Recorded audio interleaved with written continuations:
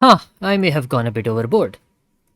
Hello, hello, and welcome back to Modded Inc. It's episode 40, and well, as you saw, in between episodes, I may have gone a little bit overboard because you might remember this setup being very different from what it is currently. So, let me walk you through it. Firstly, we have gotten ourselves a lovely electrolytic separator for hydrogen and oxygen right here so that we don't have to place in oxygen bottles every now and then again. So basically, at this point now, this is 100% automatically functional with me not needing to do anything except place in the ores. Whenever I get the ores, we just place them in, and that is literally all I have to do.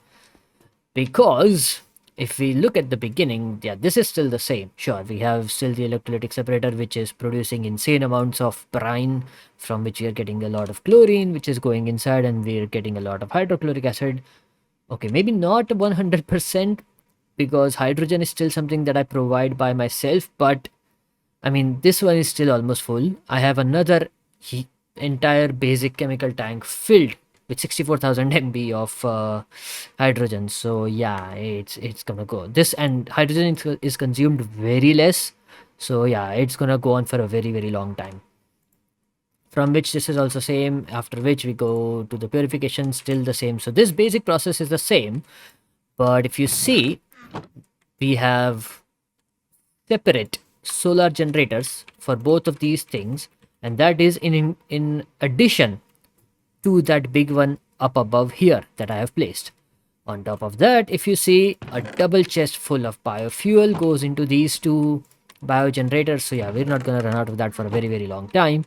We also have an entire shulker box going into this one, which by the way is also supported by an advanced solar generator.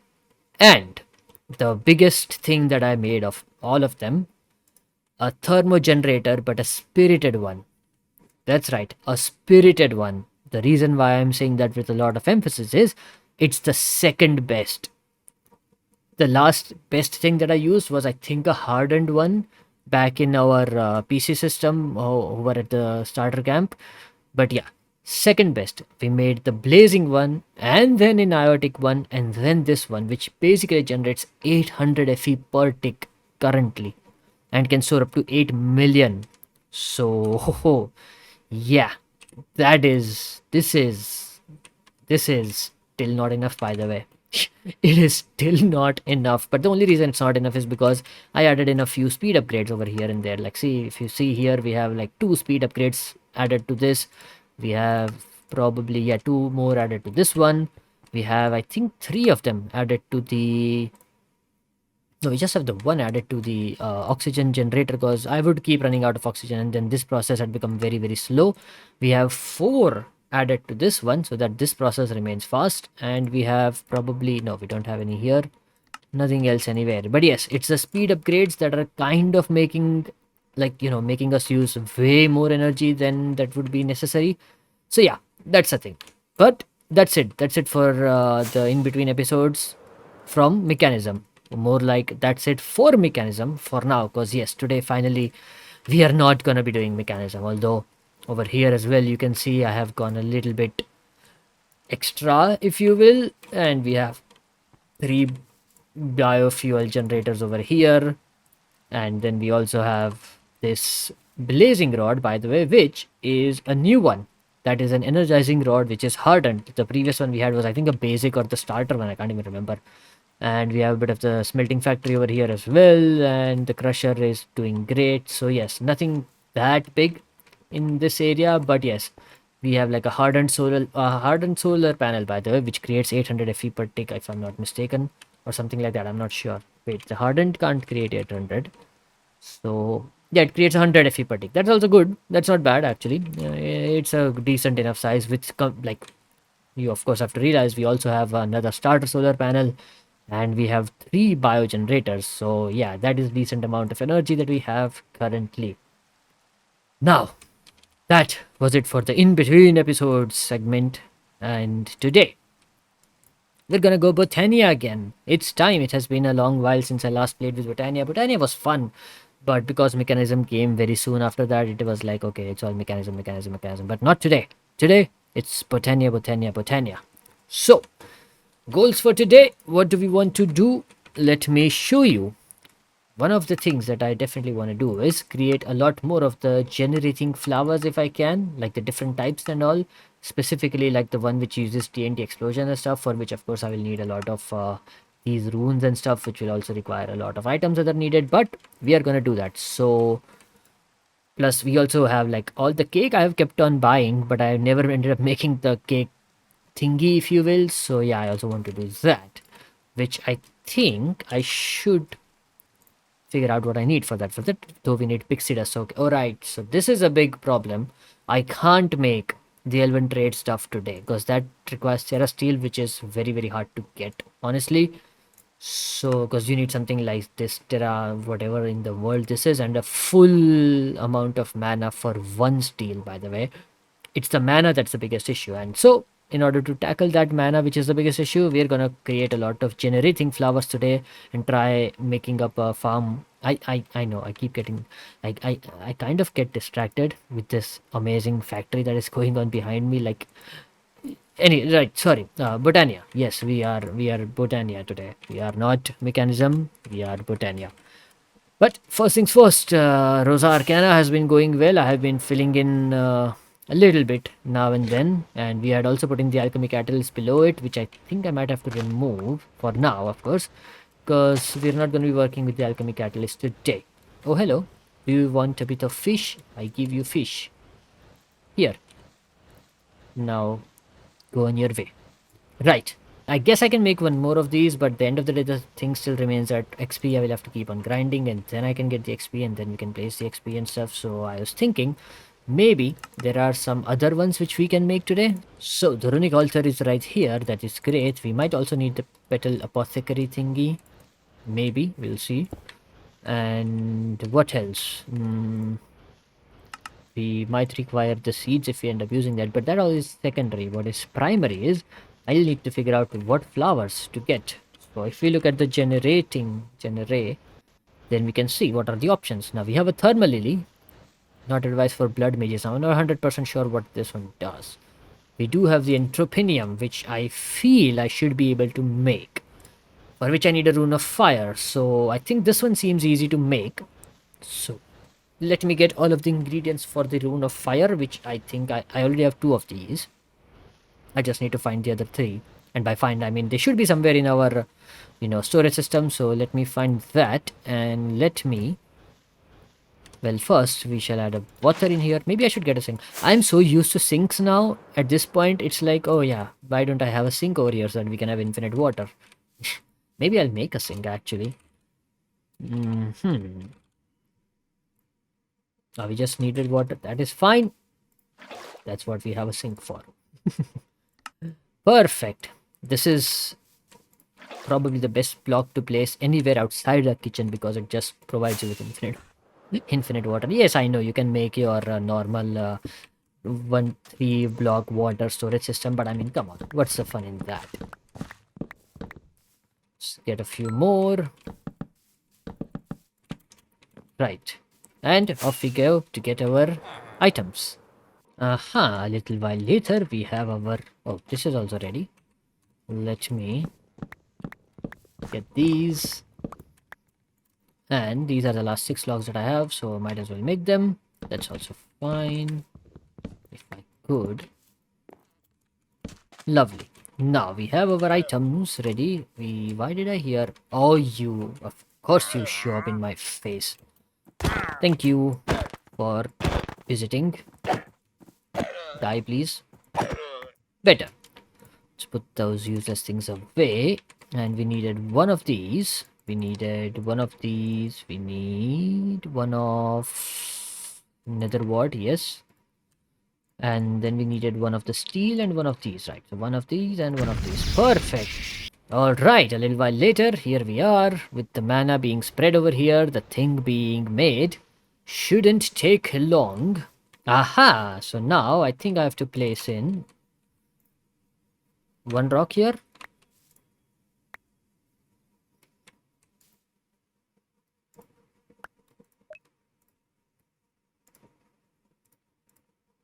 So I have placed in a lot of rocks. It's not really doing anything though.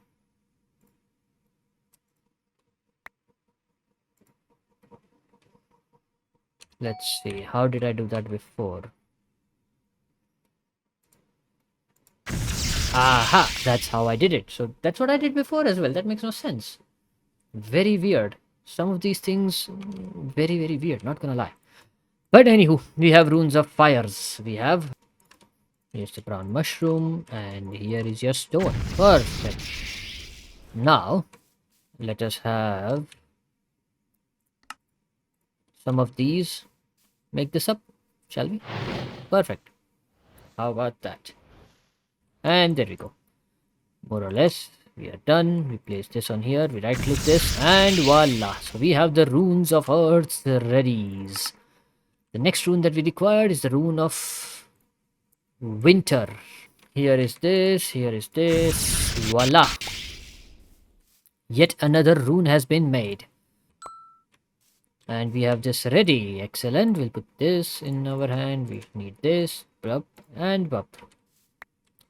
Did not work. This and this. Voila. So we get our older runes back. But we also get a new rune. We only get one of that though. We obviously don't get two of them. But we get our older runes back. So that is rather lovely. And no. That's not what I meant. Yes, thank you. Cool. So we have the runes of winter. We have the rune of the earth.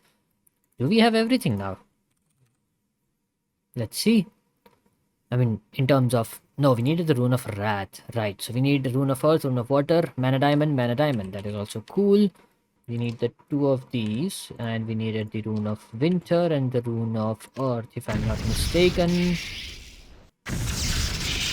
Aha! We got our runes back and we got the rune of wrath. Excellent. So for our flower now, we need a wrath, we need the fire. Perfect. So we need one rune of fire, one rune of wrath. What are the other things? 2 red, 2 grey, and 2 white. Okay. And then we put in this, and we get ourselves the flower. Put the white away and this away as well. Lovely. We have the Entropinnyum. Now, why was I so excited for this flower? Well, let me show you. Right, so we have the Entropinnyum, which is locked up to the mana spreader, which is then locked up there. We have in our hands here. Let's take these flowers away just in the off chance that I have messed up something somewhere. Because, yeah, these are precious items. These are fine, whatever. We don't care much about these. Like, these are easy to make. This is also easy to make. But the core concept here is, let me take out a flint and steel. Let me put this. Let me do this. There we go. This takes up a TNT blast or an end crystal blast or any types of blast, basically converts that into mana, and it is incredibly efficient. Like, look at this. This thing is already filled up incredibly, like fully, and then on top of that we have even more. So yeah, this works very well. Yep, that's the flower. That's what it does. And then we can also set up like an automatic chain reaction thingy, or well, not a chain reaction, but yeah, an automated process of putting in an obsidian here and then having a dispenser dispense the, TNT into the obsidian at a frequent interval. We can figure out how much interval is needed. And then, well, this can basically generate a decent amount of mana for us. So yeah, lovely. That's why I love these. One of the best ones out there. Although you have to be careful about it. You gotta make sure that this thing is completely empty before we go for it. So that was the Entropinnyum, one of my favorite flowers, because of course who doesn't love blasting stuff up with TNT, and also seeing that the TNT blast did absolutely nothing whatsoever. So that is always fun. Now, let's see what other flower we can make. One of the best ones that we probably can make is probably the Gourmaryllis. I don't know if we'll be able to make the Gourmaryllis or not. Let's check. We need a rune of fire, which I think we already have. We don't have the rune of summer, however, which requires a rune of air. The air one is easy to make, and the earth. Earth is also something we already have. So I suppose I can make the Gourmaryllis one. So let us gather all the ingredients for that. Aha, a little while later, here we are. Like I said, all of the ingredients are ready for our next flower, except I don't have wheat. Let me get some wheat, and voila!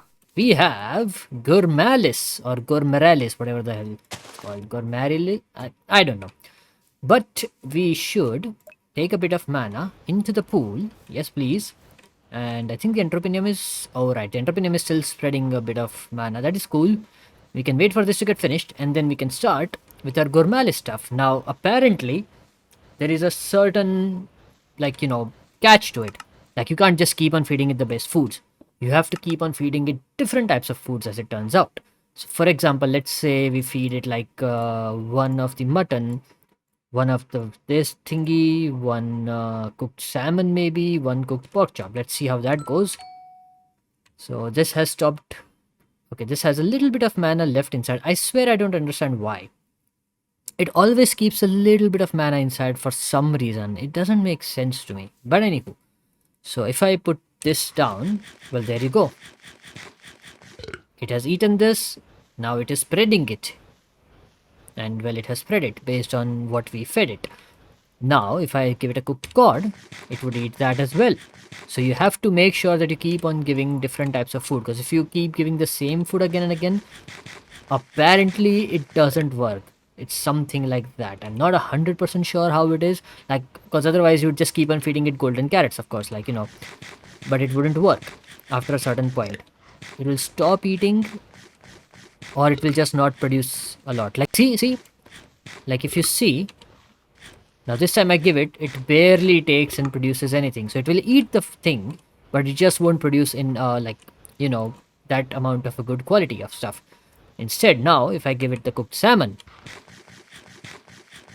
see, it gladly ate it and started producing different stuff. So that's sort of how it works. And I think we can automate this as well. Like, I think we can place like a dispenser which always anyways dispense things at random. So I guess we can place like a dispenser, and then every now and then it would just keep on giving it some food.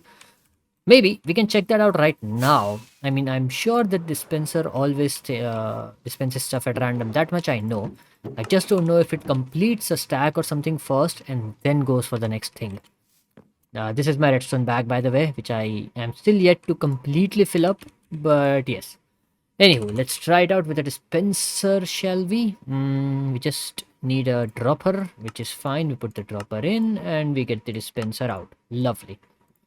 And I think it should work. I will need a button, but that should be fine. Let's place the dispenser facing this way. Now, if I take like a stack of, or half a stack of steak, half a stack of golden carrots, half a stack of cooked... Well, that's not exactly half a stack now, is it? But half a stack of this, let's say. 3 of the best foods out there, right? And let us place down a button. Yes.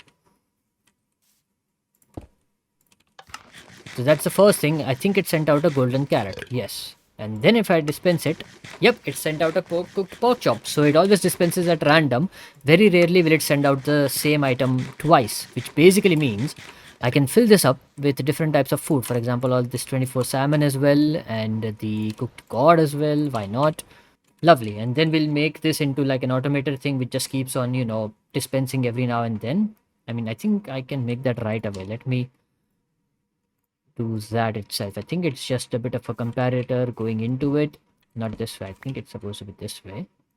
There you go. Remove the... I didn't mean to remove the... Oh, crap.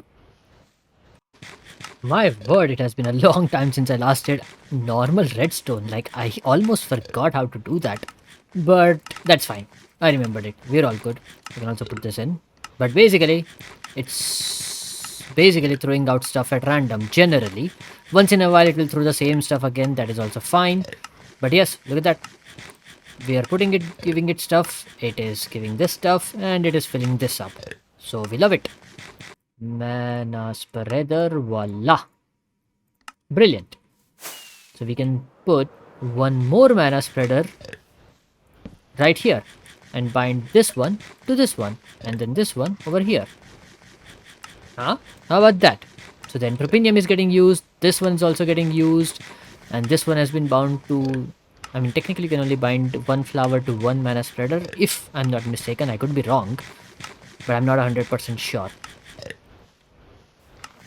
Let's see. So when this one, yep, so this one is done because Entropinium is out of stuff. That is also fine.